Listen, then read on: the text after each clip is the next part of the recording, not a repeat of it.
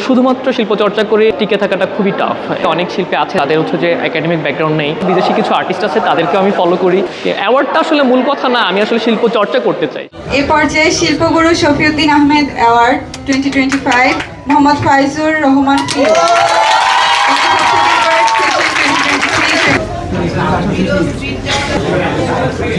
Class 4-5-এ পড়ি, তখন থেকে ছবি আঁকার প্রতি একটা ঝোঁক ছিল। বিভিন্ন স্কুল পর্যায়ে যে কম্পিটিশনগুলো হতো, আর্ট কম্পিটিশন জেলা পর্যায়ে হইতো, বিভাগীয় পর্যায়ে, তো সেখান থেকে মানে বিভিন্ন সব জায়গায় অংশগ্রহণ করে একটা ভালো রেজাল্ট পেতাম। তো তখন আসলে অনেক খুশি হতাম বা অনেক ইন্সপায়ার্ড হইতাম। তো ওখান থেকে আসলে এই জিনিসটাকে আরও বেশি চর্চা শুরু করা। এবং চিত্রশিল্পী হওয়ার ক্ষেত্রে যে গুণ দরকার সেটা হচ্ছে প্রথম যে ব্যাপার, সেটা হচ্ছে বিচক্ষণতা। কোনো কিছু দেখে সেটা অবজার্ভ করা, যে একটা জিনিস আমি দেখছি সেটা আমি কিভাবে দেখছি, ওই জিনিসটার প্রতি তার মায়া জন্মানো, ওই জিনিসটার প্রতি তার যে ক্ষিপ্রতা জন্মানো বা তার প্রতি যে আবেগ জন্মানো। হ্যাঁ, তো এই আবেগটা আসলে অনেক বেশি একটা শিল্পকর্ম তৈরি করার ক্ষেত্রে খুবই বেশি কার্যকরী আমার মনে হয়। এই সাবজেক্টটা হচ্ছে এটা ভেনাস অফ উইলেনডর্ফ। ভেনাস অফ উইলেনডর্ফ হচ্ছে যে ওয়ার্ল্ড ফার্স্ট ফাউন্ড স্কাল্পচার, যেটা হচ্ছে যে মাতৃকা মূর্তি বা হচ্ছে যে ফার্টিলিটির প্রতীক।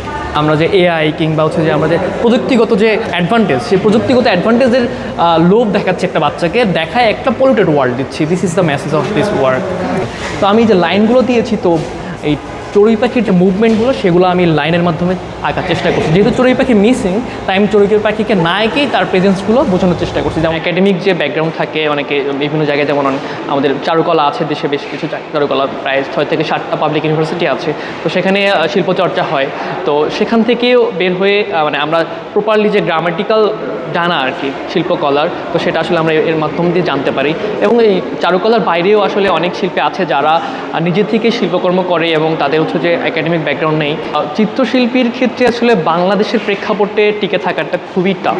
হ্যাঁ, তো অন্যান্য দেশ বা বহির্বিশ্বে যেভাবে চিত্রকর্মকে বা শিল্পকর্মকে যেভাবে অ্যাকসেপ্ট করা হয়, একজন শিল্পীকে যেভাবে গ্রহণযোগ্যতার সাথে নেওয়া হয়, বাংলাদেশের প্রেক্ষাপটে সেটা একটু কম। বাংলাদেশে একটু কনজারভেটিভ জায়গা থেকে শিল্পকর্মকে একটু কোণঠাসা করে রাখা হয় কিছুটা।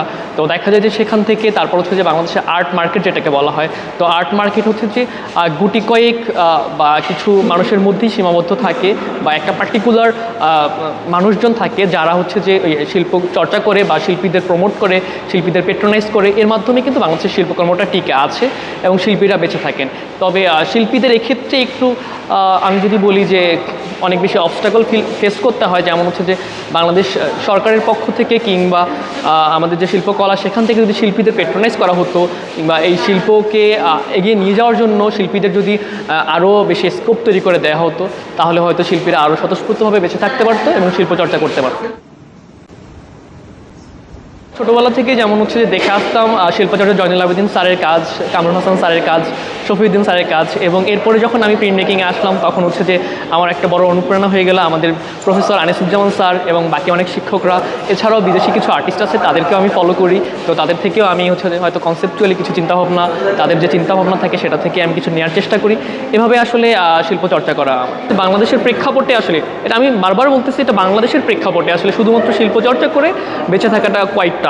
হ্যাঁ, এটা তখন হয়তো দেখা যায় যে শিল্পীদেরকে কিছু ডিফারেন্ট কিছু জবের সাথে ইনক্লুড করতে হয়। যেমন হয়তো অনেকেই বিভিন্ন স্কুল কলেজের teacher, English medium school college বা অন্য স্কুল কলেজে আর্ট শিক্ষকতা করে।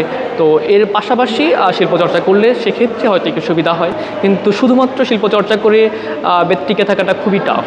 এরকম বাংলাদেশে আছে তো খুবই কম, অল্প 2-4 জন মানুষ আছে যারা শুধু শিল্পচর্চা করেই বেঁচে আছেন। আমি কিছু ন্যাশনাল অ্যাওয়ার্ড পেয়েছি এবং বার্জারের টপ 10 অ্যাওয়ার্ড পেয়েছি। এছাড়াও আমাদের ডিপার্টমেন্টের বেস্ট মিডিয়া অ্যাওয়ার্ড 2022, 2023, 2024 এবং বেস্ট এক্সপেরিমেন্টাল অ্যাওয়ার্ড এবার পেয়েছি আমি। শিল্পগুরু শফিউদ্দিন অ্যাওয়ার্ড আমার ডিপার্টমেন্টের শ্রেষ্ঠ অ্যাওয়ার্ড।